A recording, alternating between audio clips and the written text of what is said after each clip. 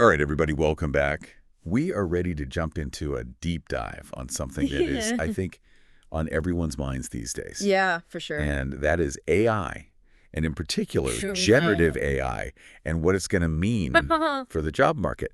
Now, obviously, this is something that's kind of been, brewing for a little while. Yeah. And, people have been talking about it. That's not new. But I think it's really starting to hit home now it is. as we see more and more these tools coming out and more people using them. Absolutely. And really starting to see like the real world implications of it. Exactly. And so we've got some fascinating research that we're going to look at today about how this is all going to play out. Yeah. And what's really interesting is that, it's moved beyond just like the theory and the speculation. It's actually happening now. Yeah. Like this is reshaping industries in real time. Yeah, it is. It's pretty remarkable to witness. It is. So, I mean, the speed of it all. One of the big fears right off the bat that a lot of people have is that AI is going to make their job obsolete. Yeah. Like it's going to come in and that's the big one, right? Just completely wipe out their entire career field. And what we're seeing from the research and, what you're seeing in the real world is that it's less about making jobs obsolete and more about jobs changing. Right. Transforming. Yeah. Yeah. And that transformation can be really significant. So give me an example, like. Yeah, absolutely. I mean, think about your own workday. Yeah. How much time do you spend on things like compiling reports? Right. Or data entry, those kinds of... Those repetitive tasks. Exactly. Those like really routine tasks. Yeah. So what if AI could take those over? I mean, it's not a far-fetched idea. No, I mean, we're seeing this already happening in like, finance, customer service. Absolutely. Where the AI is... Data analysis. Yeah, it's answering those frequently asked questions. Yeah, taking care of those things so that the humans can... Right. It frees you up to focus on the strategic stuff. The more complex. Right. The things that require... judgment calls. Creativity. Exactly. That AI can't replicate, at least not yet. Exactly. And that's, I think, a really important point to highlight is that, yes, AI can automate a lot of things, but there are still... many things, particularly those that require, human intuition, creativity, problem solving. Those are still very much in demand. So that's the automation piece of it. But I think where it gets really interesting and maybe even a little exciting is how AI can actually help us to be more creative. So I'm talking about, imagine like you're putting together a presentation and you've got all these notes, and instead of you having to craft this thing from scratch, the AI can take your notes. Yeah. Generate a first draft. A first draft for you. Or you're a designer and you're thinking about like the layout for something. And AI can like suggest. Yeah. It can give you some different layouts. Like different options. Based on your style preferences. Absolutely. And I think what's really fascinating is that we're seeing this play out in the real world already. Like you've got writers who are using AI to overcome writer's block to generate new ideas. You've got, marketing teams who are using AI to personalize campaigns at scale. So it's really interesting to see how these tools are, being used not to replace the human element, but to enhance it. To like turbocharge it almost. Exactly. Yes. It's like having this incredibly powerful assistant working alongside you. Okay. So we've talked about automation. We've talked about AI boosting creativity. What about specifically tech jobs?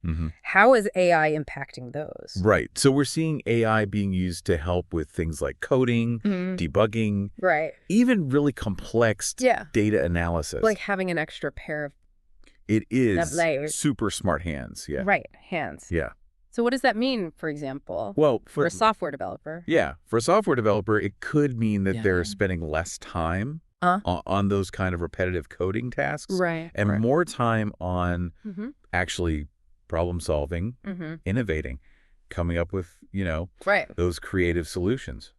And for data scientists, it could mean, for data scientists, it can help them sift through massive amounts of data to identify patterns, to find those insights that they might otherwise miss. So it's really about learning to work alongside these AI tools effectively. And that kind of brings us to another point that we hear a lot about is, are there new jobs that are going to emerge because of AI? Right. And we hear about things like AI trainers, prompt engineers. What are those jobs? Yeah, those are great examples of how AI is actually creating entirely new career paths. So, AI trainers, they're basically the teachers of AI. They're fine-tuning those models, making sure that they...